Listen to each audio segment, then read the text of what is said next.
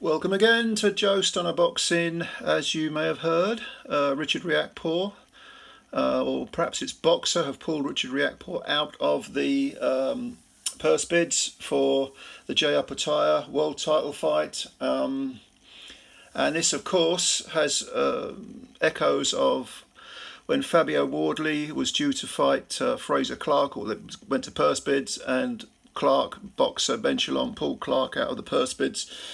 That was for a British title fight. This is for the big one, the world title, IBF title actually, and in fact the Ring magazine belt's online, I believe, as well. Look, before we go any further, I'll read you Richard Riakporhe's statement. Okay, he says, "I have worked extremely hard the past 2 years to get myself to the top of the cruiserweight division. We'd accepted an offer to fight for the IBF title on 2 occasions in 2 different locations. For reasons unclear to me and my promoter, these offers were then withdrawn. During these negotiations, I've missed out on other opportunities, which has left me inactive." Well, he says that, but he last fought in January, which is not, it's not a million years ago, is it? I mean, anyway. It's clear other parties were simply trying to disrupt my journey, which I won't let happen. So I guess he's talking about Matchroom, perhaps? Okay. "I've sacrificed a lot to be in a mandatory position with 2 governing bodies and have worked towards world titles my whole career. I would like to thank the IBF for their support, and I look forward to fighting for their prestigious title one day. However, I have chosen to go a different route and will be sharing news of another world title opportunity very soon. I will become world champion and I will unify the division." Okay, so let's start with this other world title route. He's got to be talking about the WBO title, which is held by Chris Billam-Smith, who is also promoted by Boxxer. Okay, now there was talk of Billam-Smith fighting a rematch with Lawrence Okolie. I don't know what the situation there is. Do we really want to see a rematch of that crazy fight? Weirdly, I found that fight quite absorbing, even though it was awful to watch. It was so bad. It's like watching one of those movies where you think, this is so bad, but I'm compelled to carry on watching, just to see what happens. But yeah, Riakporhe and Billam-Smith, I think, in Bournemouth would be a far better. Would it be a better proposition than OPETAIA over in New Zealand? I don't know. I see OPETAIA has now got Matchroom on board. And they've got obviously plenty of money with DAZN, so it would be on DAZN. You see, and there is this way of thinking that anyone who signs to Boxxer has to be on Sky. That's, Boxxer are committed to giving Sky the fights. So whereas with the Fraser Clarke British title fight, it could have been that fight ended up on DAZN. Likewise, this one with Riakporhe and OPETAIA could end up on DAZN. So maybe that's why Riakporhe decided, well, I'll go with, I'll go after Billam-Smith.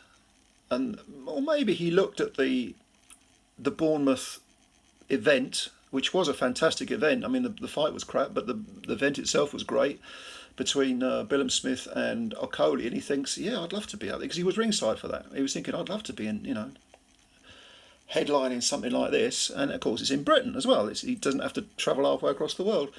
So I guess that's the reason for it. Of course, let's say that Riakporhe had gone to New Zealand and had beaten OPETAIA, which is not out of the question. That would of course mean that Ben Shalom, Boxxer and Sky would have had the IBF title and the WBO title, and that would have given a comebacking Lawrence Okolie more options, and it would have also paved the way for an all Sky, all Boxxer unification. So I don't know, these things kind of sometimes you're at a fork in the road and you have to sort of decide which way are we going to go. I would have thought that it's a gamble, a calculated gamble. Riakporhe going to New Zealand, but there again, don't forget Riakporhe has fought Billam-Smith before and has a win over him. So there's that angle as well that they could go down to promote it. I don't know. It depends on numbers being crunched, but I know one thing, and that is that to pull another guy out of a purse bid, it's not really a good look for Boxxer and Shalom, is it? I mean, Eddie Hearn was interviewed today by, I can't remember who, I think it was an IFL TV interview, and he was saying, oh, it's outrageous, what are they doing to Riakporhe? He could have made millions, he could have had them ring belt, and well, okay, but yeah, you would say that because you've got OPETAIA, and you've now got to find him another opponent, one that's viable, one that's attractive, and I don't know, maybe Eddie and DAZN would have tried to bring OPETAIA to Britain. I don't know. You win the purse bids, I guess it's down to you, isn't it? But yeah, it's all a bit. I do hope that the cruiserweights are not going to go down the the path of the heavyweights. And when I say heavyweights, I'm talking about Fury, because he's the one that fucked everything up. But by refusing the undisputed fight. But there are some other good heavyweight fights. Well, we did have one that went bosoms northwards, which was, of course, Dillian Whyte and AJ. But yeah, I mean, the heavyweights are a complete clusterfuck. But at the same time, I don't want to see the cruisers going the same way, because there were some promising matchups on the horizon with the cruiserweights, and it'll be a shame if they do get a touch of that heavyweight fever. And interestingly, what's going to happen to Okolie? Just as an aside, I mean, if he doesn't fight the rematch with Billam-Smith, where's he going? I don't know. It's all up in the air, isn't it? Anyway, comments below as usual. I'll have a look at them and answer. Give me your thoughts. Subscribe to the channel if you're new, and hit the like button. Pew, pew. Spread the word about Joe's Son of Boxing. Thanks a lot. Appreciate your time as always, and bye for now.